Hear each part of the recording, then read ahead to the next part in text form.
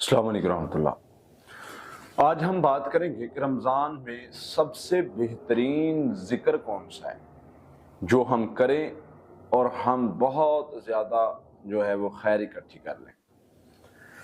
اللہ تعالیٰ فرماتے ہیں مجھے یاد کرو، مجھے پکارو کثرت کے ساتھ، زیادہ۔ اب وہ زیادہ پکارنا، کثرت سے یاد کرنا، وہ کیا اور کیسے ہے؟ سب سے پہلے تو یاد رکھیں کہ وہ ذکر اللہ تعالیٰ فرماتے ہیں مجھے یاد کرو، میرا ذکر کرو کثرت کے ساتھ، لیکن وہ کون سا ذکر ہے جو اللہ کو بہت زیادہ محبوب ہے؟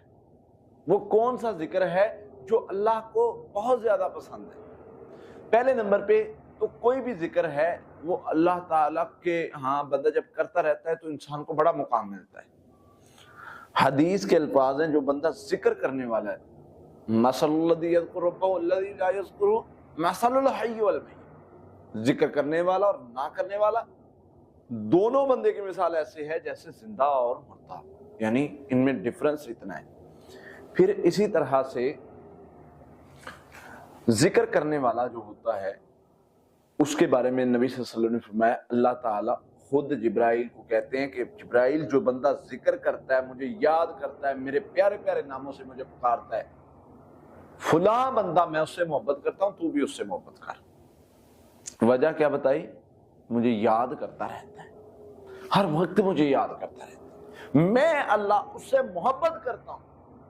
اللہ فرماتے ہیں اب جب اللہ تعالیٰ یہ فرماتے ہیں کہ میں اس سے محبت کرتا ہوں، تو پھر جبرائیل علیہ السلام فرشتوں کو بتاتے ہیں کہ بھائی اللہ اس سے محبت کرتے ہیں، تم بھی کرو۔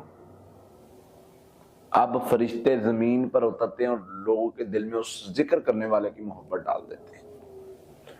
چھوٹا عمل نہیں، ذکر کرنے والا بڑی برکت سمیٹ لیتا ہے۔ ذکر کرنے والا، بعض ذکر ایسے ہیں جو بندہ کرتا ہے، نبی صلی اللہ علیہ وسلم اس کے برابر کے اعمال ہی قیامت کے دن کسی کے نہیں ہوں گے۔ افضل ترین ذکر کون سا ہے؟ افضل الذکر لا الہ الا اللہ۔ افضل ترین ذکر اگر کوئی پوچھے تو بتائیں اس کو کہ لا الہ الا اللہ ہے۔ سب سے بہترین افضل ذکر نبی صلی اللہ علیہ وسلم بتا رہے ہیں۔ اس میں اللہ کی توحید بیان ہوتی ہے، شرک کا انکار ہوتا ہے، اور اللہ تعالیٰ کو یہ کلمہ بہت محبوب ہے۔ وہ ایک روایت بھی ملتی ہے نا، حضرت موسیٰ علیہ السلام نے پوچھا اللہ سے، اللہ مجھے کوئی ذکر بتائیں جس سے میں تجھے پکاروں۔ اللہ نے فرمایا لا الہ الا اللہ پڑھا۔ اللہ یہ تو سب پڑھتے ہیں۔ فرمایا اس کی تمہیں طاقت کا ہی اندازہ نہیں ہے، اگر یہ ایک پلڑے میں رکھ دیا جائے وزن کے اعتبار سے اور پڑھا ہو دل کے ساتھ، محبت کے ساتھ، عمل کے ساتھ، اور ایک پلڑے میں رکھ دیا جائے، دوسرے پلڑے میں 7 زمینیں 7 آسمان رکھ دیا جائے، یہ کلمہ بھاری ہوگا وزن کے اعتبار سے۔ تمہیں اندازہ نہیں ہے یہ ذکر کتنا محبوب ہے اللہ کو۔ تو اس لیے ذکر کرنے والا بندہ ہمیشہ آگے نکل جاتا ہے، اعمال میں بھی، برکت سمیٹنے میں بھی، صحت حاصل کرنے بھی، پریشانیاں دور کروانے میں بھی۔